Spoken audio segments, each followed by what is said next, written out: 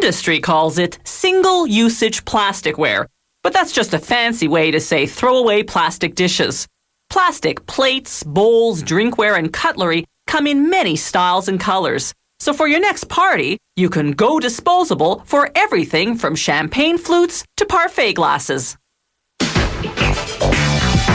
Factories make cutlery by injecting plastic into molds. They make cups, plates, and bowls using a different process called thermoforming. Before the forming phase can begin, an automated system loads polystyrene pellets into a machine called an extruder, adding pigments for colored plastic.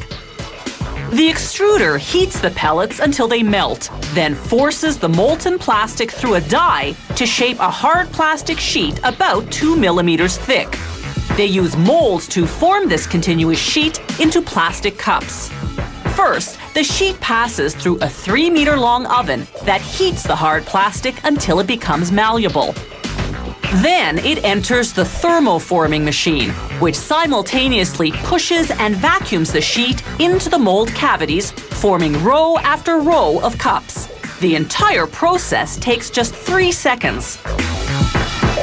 The cups then travel to the trimmer, which uses a die to cut them off the sheet. The machine grinds up the leftover plastic and remelts it into new sheets, so there's no loss of material whatsoever.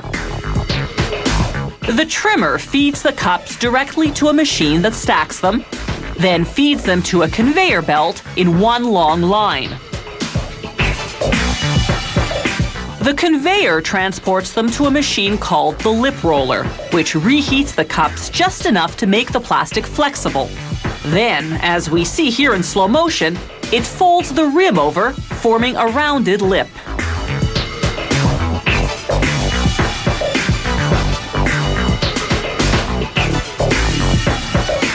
They also make cutlery from melted polystyrene pellets, as well as from polypropylene, a lighter, more flexible and less expensive type of plastic.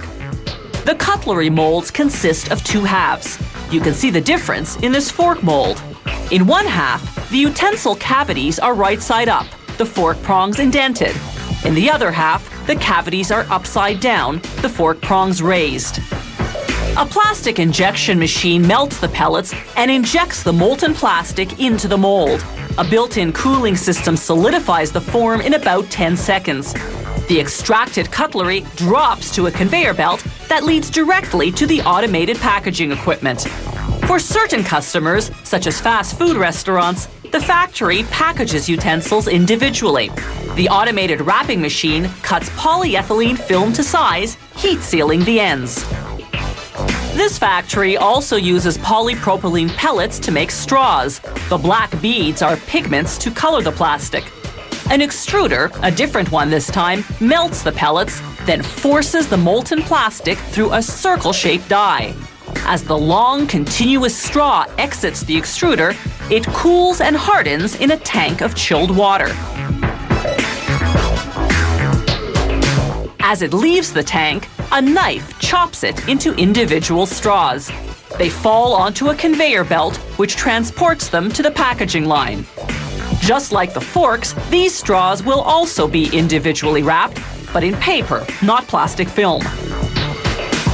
The wrapper machine feeds them one by one into a paper sleeve.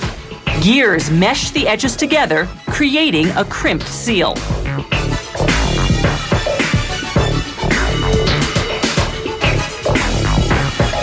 The dies on this machine turn ordinary straws into flexible ones by forming a corrugated section that lets you bend the top of the straw toward your mouth. The machine compresses the corrugation to preserve the shape. Back to the plastic cups now. This factory can print customized designs in up to 6 colors applied simultaneously. Ultraviolet lamps built right into the printing press dry the ink instantly. Polystyrene is naturally transparent, but combining 2 grades of polystyrene creates plasticware that's semi-opaque and also highly flexible.